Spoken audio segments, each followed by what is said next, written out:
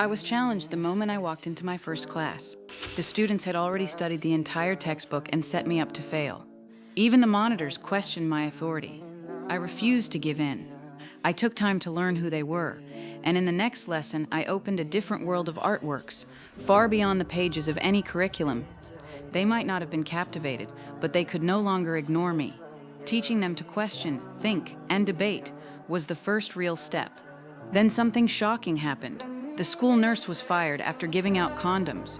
A student named Betty had denounced her in the school paper, accusing her of encouraging premarital sex. It wasn't the only tradition that rattled me.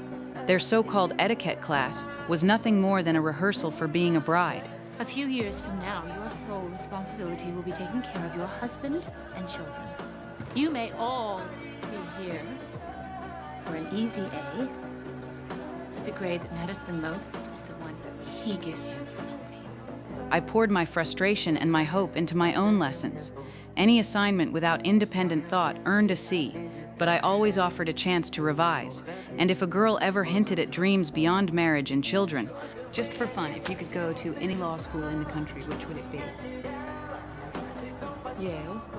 I handed her a Yale application. I wanted them to feel art, not just memorize it. I asked them to paint their own sunflowers in the spirit of Van Gogh. I took them to see ancient stone carvings, to stand in front of something bigger than a textbook. Most of the girls began to warm to me. Only Betty stayed defiant, board member's daughter, guardian of tradition, and the spark that cost the nurse her job. She was also the first to marry, skipping 6 of my classes for her honeymoon. I refused to excuse her absence. She cited school tradition and honeymoon leave. I knew she would print my name in the paper next. She did, and pressure followed from parents, from the board. Yet more students signed up for my course. That gave me leverage, until I read my renewal contract. Every lesson would need approval. Life guidance was forbidden. I hesitated for weeks. Then at graduation, Betty found me. She asked for help finding an apartment. She was leaving her husband and wanted to apply to Yale. I was stunned, but I didn't question her. I said yes. Later I learned how marriage had nearly crushed her. Her parents' home was no refuge. Faced with a cold, unfaithful husband as her future, she chose to break with tradition. Through Betty, I found my own answer. I turned down the contract.